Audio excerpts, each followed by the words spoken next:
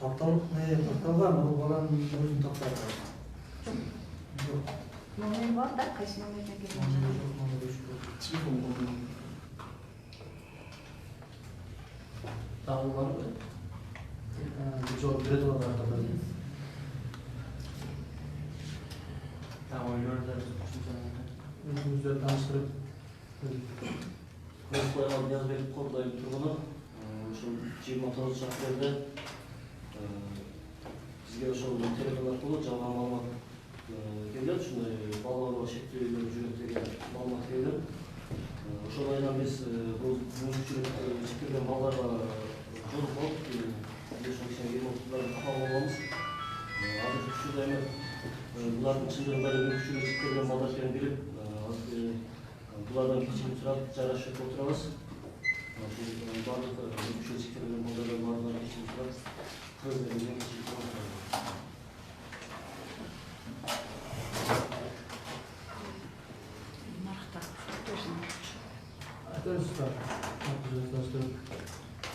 Мен Марат Байұлы Бектұрған, Павлодар өкіметінің тұрғыны.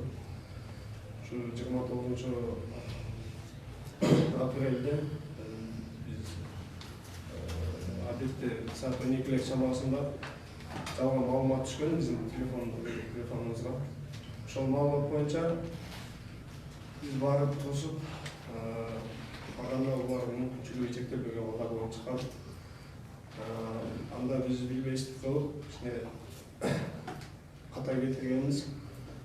Ошонун себептеринен азыр кечирим сурайбыз. Балдардын алдында ата-энелеринен жана кыргыз элибизден кечирим сурайбыз. Азыр бул жети кандай болду? Ошону кечирдим деген эме болду. Коомчулукка максат жарыялап ошого эме болбосун, суроо жаралбасын деген ойдо келдиңиздер. Токтодуңуздар да. Бул балдар чындыгында мүмкүнчүлүгү чектелген балдар экен, бул балдар эч кандай бала урууга эмеси жок, катыштыгы жок.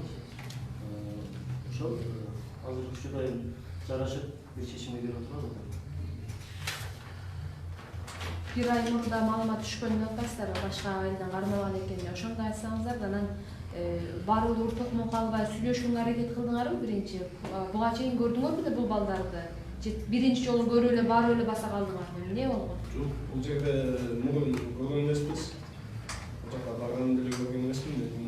Бул маалыматты биз кетип атканда ошол райондун бир айыл өкмөтүндө ушундай болгон экен. Балаларга ушундай шектөө кагылышкан экен. Ошондон биз булардын көрүп алып эле эмоция алдырып ошол кагылдык да. Биз түшүнбөй түшүнмөстүк болуп калды. Мурда ошондой иштер болгон да, же иштер болгон. Бала урдалган. Бала урдалган экен. Ошол биздин угушубуз боюнча болгон экен. Райондон да келген караган. Анан ошого ишенип биз Алардан тарткан балалар болуптур экен. Алардан тарткан. Анан бизге дагы ошо жалган маалымат келип калды.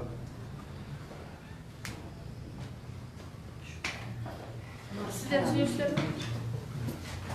Жабырлануучулар. Сиздерге берген сөз башташ Кечиресиздерби, кечирбейсиздерби? Ата-энелер булар. Балдар өз сүйлөп сиз которуп бересиз. Бирөөздөр аты жөнүн тааныштырып.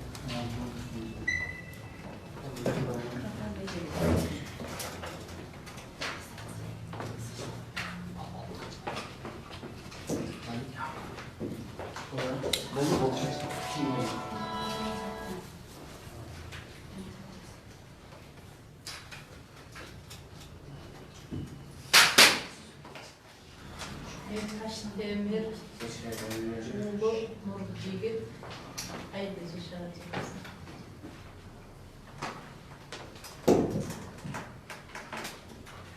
Nokat rayonunda, Kulatov Fayl Hükümeti, Kulat Fayl Hükümeti'nin turulurken, ne oldu verir? 1 апрелдин 27 күнү досум Акбек экөөбүз Алайга бардык эле. 1 күнү иштеп, кайра келип гостиницада жаттык. 2 күнү 28 күнү дагы кайра машина менен сода алган айылга бардык. Иштеп, анан кичине күн өткөндөн кийин бир көчөдө айдап кетип атсам, көчөдө 10 шакты кичинекей балдар ойноп аткан экен. Ойноп жүрүшкөн экенлер. Машина менен өтүп кетип атсам, таш менен машинаны атып урушту. Анан мен машинадан түшүп, машинаны аркага айдап келип туруп, машинадан түшүп, анан кийин балдарды таш атпагыла десем, нар жакта бир киши келип аткан экен, ошол кишиге жолугуп, учурашып ал киши менен. Мына балдар таш менен машинаны уруп атат, айнеги сынып калса эмне болот, урушуп коюңузчу деп, ошол кишиге түшүндүрүп, мүмкүн болушунча. Анан кийин жакшы калыңыз, рахмат сизге деп туруп, кайра кеттим дейт. Барып, анан кеч болуп калды эле, саат 7 болуп калды, анан ак тилекке барып, иш бүттү, кетелиби деп ошентип айтсам, сен кичине күтүп тур, мен дагы сода кылып алайын деп ошентип эле, мен машинада отуруп, телефон чукуп отурсам, баягы мен учурашып, балдарга түшүндүрүп коюңузчу деген киши менин алдыма келди. Келип анан айнегимди такылдатты дейт, мен эмне отурасың деди да, кагазды баягы сода кылганда мен дүлөй баламын, ушул календарды алып койсоңуз, сизге чоң рахмат, мен сүйлөй албайм, чымчыктарды сайраганда укпайм, энемин дагы үнүн уккан эмесмин деген жазуу бар кагазды көрсөтсө, алып окуп туруп чөнтөгүнө бүктөп салып койду дейт. Анан мени кара деп туруп, мени сүрөткө тартты, анан машинанын номерун сүрөткө тартты дейт. Анан эмне тартып атасың буну сүрөткө десем, болду, наракка тур деп туруп ошентип анан өзүнчө сүйлөп туруп, анан кийин кетип калды, мен түшүнгөн жокмун. Учурбай отуруп кала бердим. 10 мүнөт өткөндөн кийин ак тилек келди, анан ак тилек менен сүйлөшүп, ушундай мени машинаны мени сүрөткө тартып ушинтип кетти, эмнеге ондай кылды түшүнбөдүм деп, анан кайрадан гостиницага кете бердик экөөбүз. Барып, эртеси күнү дагы иштегени келди дейт. Ошол эле жерге иштегени келетсак, бир кара машина алдыбыздан келип, алдыбыздан тосту машинаны.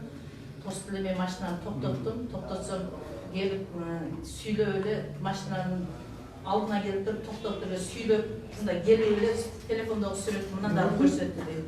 Анан өзүмдүн сүрөтүмдү көрсөтүп, мен шок болуп калдым дейт.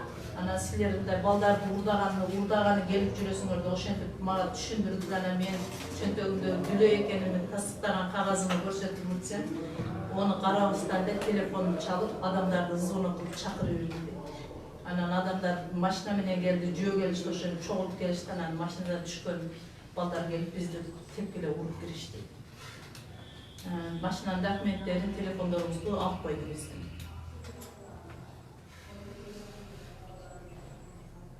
Анан бир 30 мүнөттө өткөндөн кийин ким келди?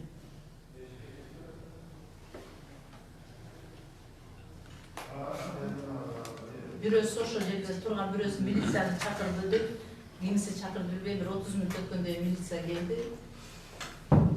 Мага документин көрсөттү, өзүнүн милиционер экенин тастыктаган дейт. Анан машинамы ачып, текшерди, ичинен эч нерсе неметкен жок. Календар кагаздар барбы ошо? Календар кагаздарда бөлөк эч нерсе жок дейт. Анан ага дагы документимди көрсөттүм, мен сүйлөй албайм, ушундай сода кылып жүрөм деген документти көрсөттүм. Анан менин машинама отуруп дагы баягы таш менен урган балдардын үйүнө бардык дейт. Ошо булар уруп бүткөндөн кийин, участковый келгенден кийин, ошол машина менин машинама отуруп, өзүнүн машинасын токтотуп коюп, анан баягы таш менен урган кичинекей балдардын бирөөсүнүн үйүнө бардык дейт. Анан ошол жерде сүйлөй берсен, анан кийин десем.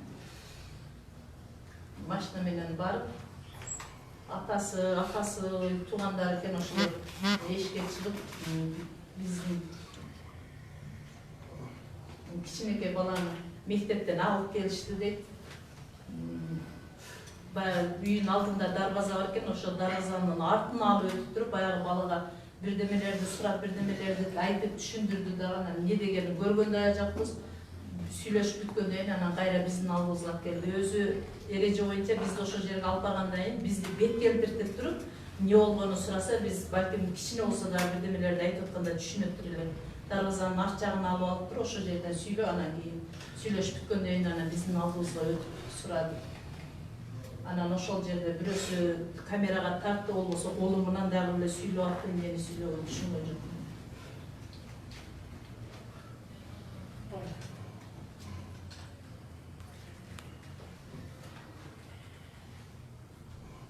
Не деп атат деп мынтип айтсам, ошо мороженое алып берем депсиң, сен мороженое алып берем жүр деп айтыпсың деп ошондой деп түшүндүрүштү. Бул мороженое деген о жерде мороженое саткан жерди дагы билбейм, каерде экенин. Каяктан алып болсо өзүм түшүнгөн жокмун.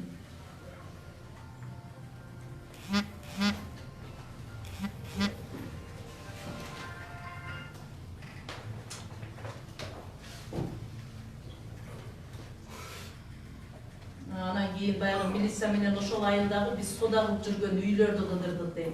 Кимдердин үйүнө барып буга чейин календар саткан болсо ошолордун эштерин такылдатып, ошолордон сурады дейм. Мыналар силерге календар сатып жүргөнбү деп ошону тастыктады.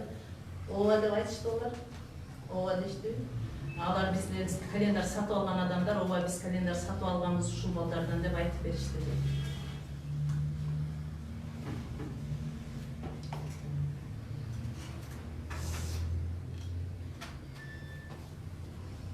Биз болгону календар гана сатат элек, эч кандай бала уурдайт деген бизде түшүнүк дагы жок эле. Ал сөздү булар каяктан алып алып, неге бизге мындай мамиле жасаганын мен түшүнгөн жокмун.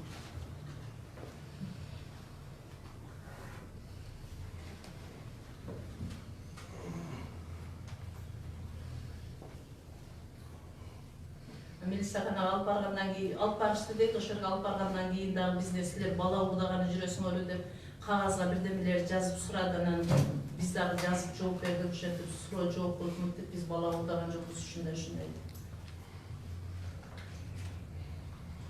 Анан ошол участковый милиционер менен кетип атканыбызда машинаны, менин машинам айдап кетип атат эле, берки милиционер өзүнүн машинасын айдап кетип аткан экен. Бир мас алдынан чыгыптыр дагы машинанын алдын токтотуптур. Анан милиционер түшүп барып ол менен сүйлөшүп мындай кылса дагы анын сүйлөгөнүн укпай келип машинанын эшиктерин тээп капшырып салды. Мас экен өзү дейт, ошо тээп капшырып салды эшиктерин. Анан кийин милицияханага бардык, ал жака баргандан кийин ал жерде канча адам канча экен?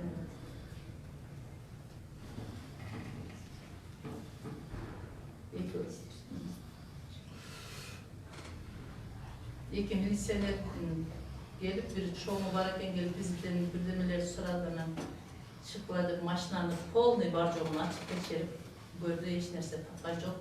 Календар кагаздан бөлөк эч нерсе жок. Машинанын бүт бар жогун туруп, бардыгын текшерип көрдүк, анан кийин тез ошко кетип бардыла ошкода, ошентип айтты бизге.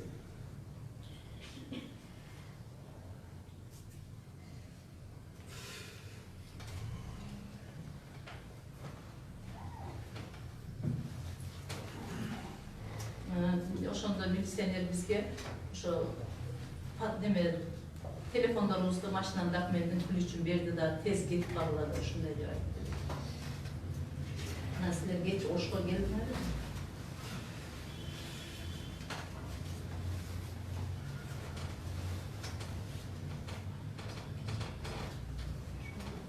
Ошол алайда Гүлчү айылында турган биздин дагы бир сүйлөгөн досубуз бар эле дейт. Ошол звонок кылып, ошол келип сүйлөшүп, анан силер ушундай кылып уруп токмок алып атканда мага звонок кылып койбой белеңер, мага видео вызов кылып айтпай белеңер деп ушинтип айтты дейт. Анан капа болбогула, мени кечирип койгула, мен силерге жардам бере албай урдуртуп койдум деп ушинтип айтты дейт.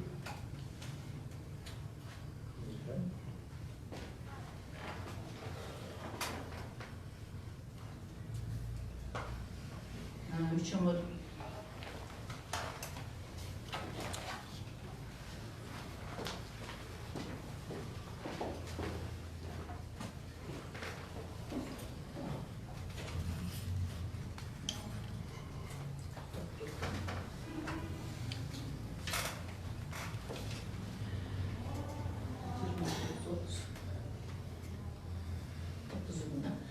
ошол Нурлан деген досубуз келип, анан эгер неме кылсаңар бүгүн жолго чыкпай эле койгула, кечирип калды, дагы 1,5 жолдон жолу неметпесин, мушташып урушуп кетпегиле анан көрө менин үйүмө барып жатып алгыла жүргүлө деп ушинтип айтты эле. Биз гостиницада эле калдык дейт.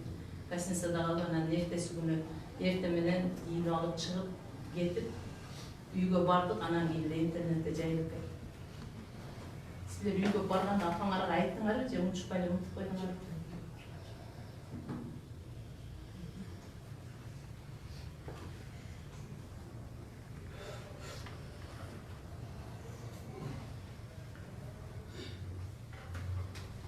Мен апамы кызалап кылбай, кичине өзүм түзүк болуп калганда жакыгы менен апама эмне болгон окуяны түшүндүрөмүн деп өзүм ошентип ойлоп аттым эле, бирок интернетке чыгып кеткенде апам ошодон Ошол сүрөткө тарткан иши бар бекен алардын арасында? баягы биринчи күнү 28 күнү машинада отурганымда сүрөткө тарткан бардыр жокпу алар?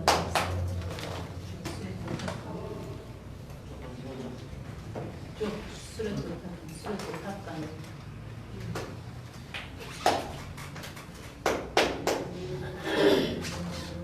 Жок, менде барды деп сенен сурап атат. Машина туз колгон жерде.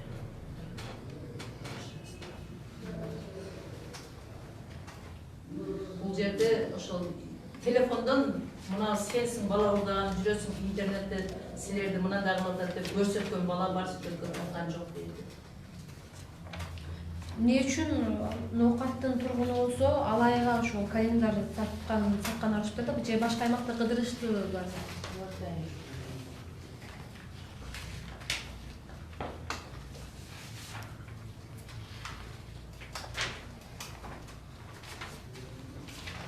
Иштеш керек, акча керек. Биз көп жактарга барып иштейбиз.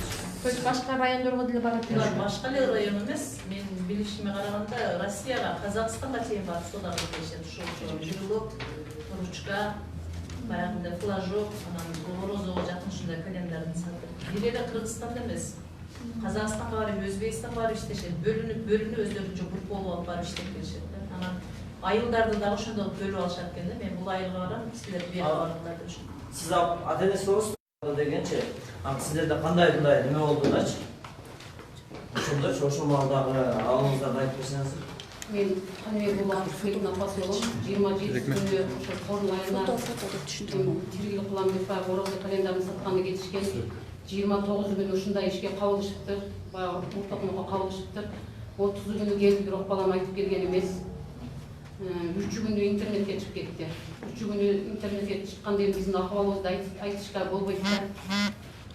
Эми ондой күндөрдү эч кимдин башына салбасын. Булар мүмкүнчүлүгү чектелген балдар. Анан интернетке чыккандан кийин сразу эле ушул коргоо органдарына кайрылды, больницага жаткырдык балдарыбызды. Азыркы күндө ошо күнөөлөрүнө жараша жазаларын алышты. Эми кечирилгис эле жеңиштин шарт өтө оор экен, бизге окшогон 3 бир тууганы бар экен, мүмкүнчүлүгү чектелген. 3 баласы бар экен, өз зоргоолоруна туш келип калып, анан кечирдик, азыркы күндө келишип эми ушундай иштерге барып атат. Атчаныңыз? Акбалыкан Нургүл. Дары-дармектериңиздерди больницадан чыгышасыз деп беришпи, кандай болду? Больницаны эмелерди көтөрүп беришти. Негизи темадан кичине алыстап суроо берсек, ушул балдарыбызга, ошо күнөөлөргө, окугандарга коомчулукта кандай мамиле жасашатчы? Мындай айтып келишеби, кайсыл көбүрөөк, кайсыл эмеге басылышат, мындай эл менен тыгыз байланыша албайт деген булар. Көбүнчө неден мындай кыйналышатчы? Эми айтса керек силер. Бизге эч кандай андай нерселерин айтпайт да, кечээ ошо токмок жеп келишкенде деле бизге айткан эмес. Өздөрү ошо өздөрүнүн мындай лидерлери болот экен, өздөрүнүн чоң акалары. Ошолорго гана айтат экен да, бизге ата-энелерге айтпайт эч качан. Кыйналса дагы эмне себептен келе бердиң, орозого чейин иштеп келем деп кеткен балам. Ал жакта иш начар болду эле, баса бердим деп эле келди, бирок маанай өтө суз келген да. Кийин анан ошо интернетке чыкканда эмне себептен айтпай келдиң десем, биз ошол жерде баарыбызды бүттү, эми үндөбөй барып жата бергиле деп жөнөткөн, биз интернетке чыгып кеткенин билген эмеспиз деп. Кызыгы сиз булардын баары кол жасоо түшүнөсүз да, сүйлөй аласызбы же мындай элдик неме менен ымдап түшүндүрөсүз? Баягындай эле үнүмдүк кете турган нерселерди сүйлөдүм, мындай эжекесиндей кылып баягындай түшүндүрө албайсыз, байланыша албайсыз. Ушундай байланыша албайбыз.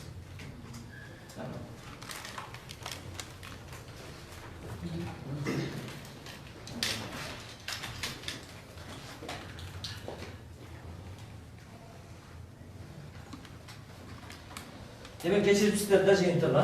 Бул тема жабылып турду. Рахмат.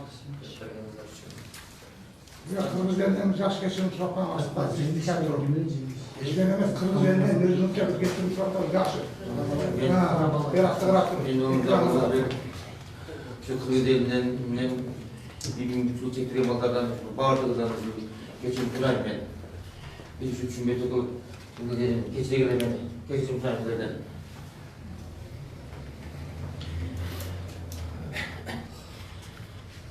Direktörü söyleyip koyayım.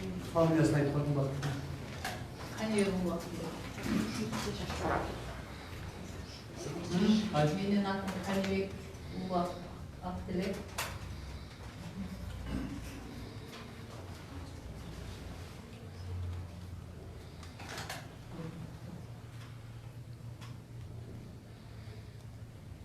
Men ошол 27-си күнү болгон окуяны уктуңуздар деп атат, ошондой болуп акча таап өзүбүздүн күндөлүк турмушубузду өткөрүш үчүн ошондой акча таап иштейбиз.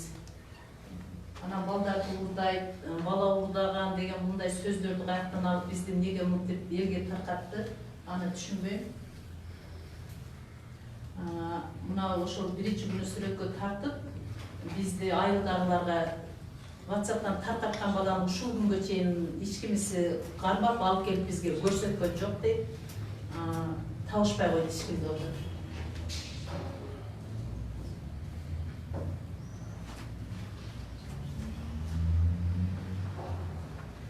Биз ошондой катуу таяк жеп келгенде дейт, биринчи күнү аябай катуу оорудум, башым айланып кыйналдым дейт. Анан апама, атама келип айтайын десем, булар баары бир түшүнбөйт сүйлөгөнүмдү дейт. Анан биз бул болгон окуяны бардыгын өзүбүздөн чоң бизге окшогон мүмкүнчүлүгү чектелген балдар бар, ошолорго барып айттык дейт. Айтсак анан кийин этият болбопсуңар. Майли анан кийин дагы бул нерсени биз өзүбүз иликтеп сүйлөшөбүз, ошентип айттык.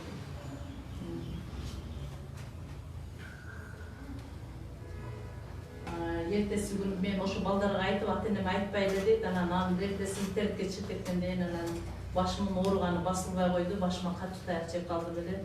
Анан больницага алып барып мени жаткызышты.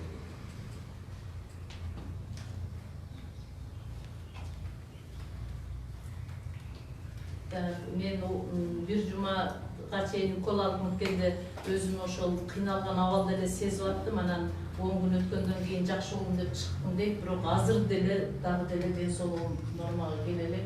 Ден соолугумда дагы мындай башым ооруп, өзүмдүн ден соолугумда проблема болуп атат. Мурдагыдай өзүмө сезе албайм. Ушул мени тааныган дүлөй балдардын бардыгы бул эмне деген неме деп ушул күнгө чейин мага келип жазып, эмне болдуңар, да кандай жардам керек силерге, эмне болуп атасыңар деп күндө телефондон смстер келип атат.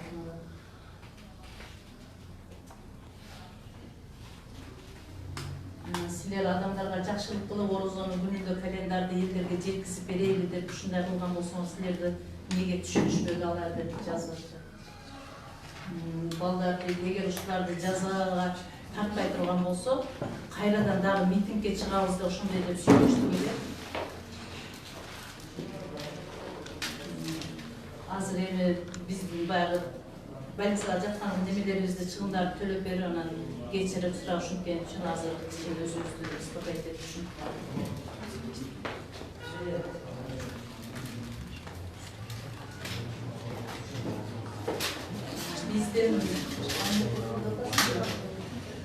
Биздин мамлекетте бизге окшогон балдар үчүн эч кандай иш жок.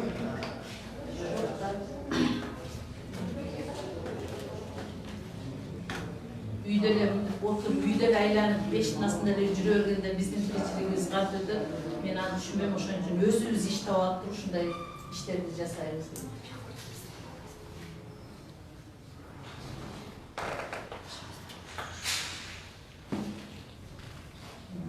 Ошол бизди интернетке ушундай кылып, сода кылып жүргөнүбүздү интернетке чыгарып, бала болду деп ушундай кылганы бизге өтө обидно болду деп атат. Анан буну эми кайрадан дагы элге чыгарып, биздин мүмкүнчүлүгү чектелген экенибизди эл чындап мүмкүнчүлүгү чектелген экенин билсе жакшы болот деп ойлойм.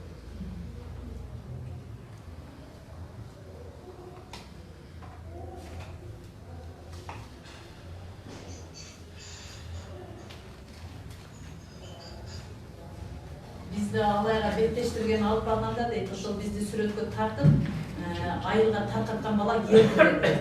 Анан ушул жалгыз сен бардык тополоңду сен баштадың, сен камалышың керек эле деп биз айттык эле, ошол боюнча жоголуп кетти ошол бала. Бир дагы биздин алдыбызга келген жок. Баягы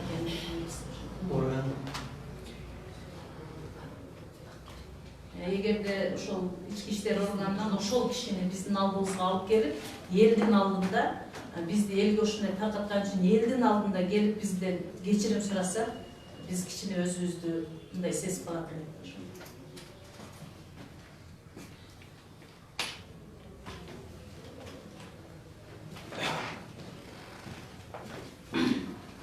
Ошол эгерде ошол бала сүрөткө тартып, WhatsApp'тан таркатпаганда бизди бизден азыр кечирим сурап отурган адамдар мындай ишке туш болушпайт эле. Биз буларды дагы түшүнүп атабыз, бирок ошол бала жазасын алыш керек эле дейт. Мен ошону каалайт элем, ушул күнгө чейин келбей атабыз. Азыр деле калып атат экен жазасын алып. Азыр деле калып атат экен. Ошол боюнча ал кишини биз тумай барып атабыз. Орган кызматкерлери дагы барышты. Ал жок балдар кандай десем, үй шартында вообще үйгө шарты жок да, ал кишиничи үйүнө барса, үйүндө деле нормальный ичип жегенге тамагы деле жок окшойт, үйүндө деле түнөбөйт. Азыр ошол айылда жок, жок, ошо биз деле ошону каалап атабыз. Бул каалаган нерсени биз деле каалап атабыз. Биз анын айынан биз мына завтка жеп отурбайбыз. Биз деле булар каалаган нерсени биз деле каалап, биз деле тартыбыз кетет, ал жок болот да. Өзүнө кыйналып жүргөн киши алчы. Бала чака деген жокпу? Бала чакасы бар, ал кичинекей да, көп мындай. Милицияга барбайбы ошо? Ошол үйдө иши бала чакасы? Бала чакасы үйүндө шығып, үйүнө келбейт. Милицияларда туабайт. Иә. Милицияларда туабайт ошо. Ал жайлоого чыгып кетсе кайсы? Бул кишине жазасын берип коюш керек да. Жазасын албайт. Аким әрдесин тартып чыгарып. Жазасын алат. Акпайын бек.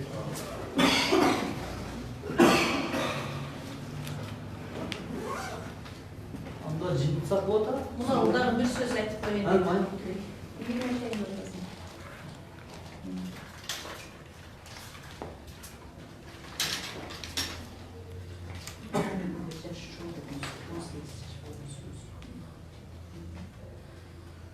Неме деп атат? Которуп бере берейин. Баягы бизди сүрөткө тартып, ушулар бала уулу дегендер дейт.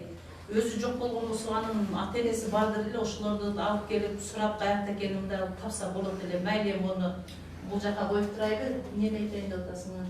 Биз дейт мектепти бүткөндөн кийин окуу жайга окугубуз келет. Андай окуу жайлар жок. Иштейин десең эч жерде иш жок. Иш сурап барсаң биз сүйлөгөнүбүзгө тили барлар түшүнбөйт. Анан үйдө отурушка туура келет. Пенсиябыз болсо аябай аз.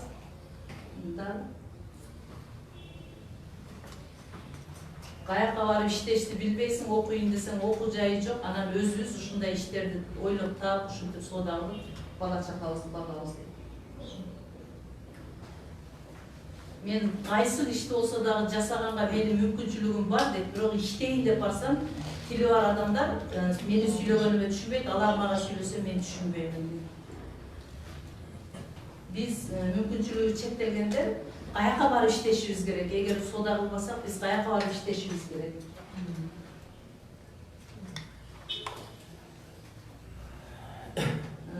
Ошо каяка барып, мүмкүнчүлүгү чектелгендер каяка барып иштешибиз керек. Мамлекет бизге кичине бир жардам берип, бизге көңүл буруп койсо жакшы болот. Үй бүлөңүз барбы? Үй бүлөм бар. Үй бүлөм бар дейт. Балдарым жок, жакында үйлөнгөн, декабрь айында үйлөнгөн. Сенин үй бүлөң барбы?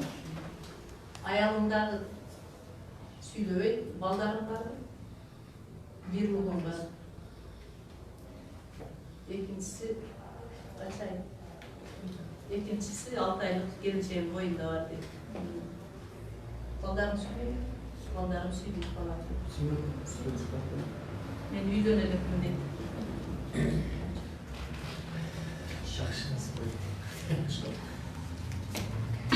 Anda sıralar görüyorum. Buna jeyikler çıkmadı. Rahmat gelgenizler için.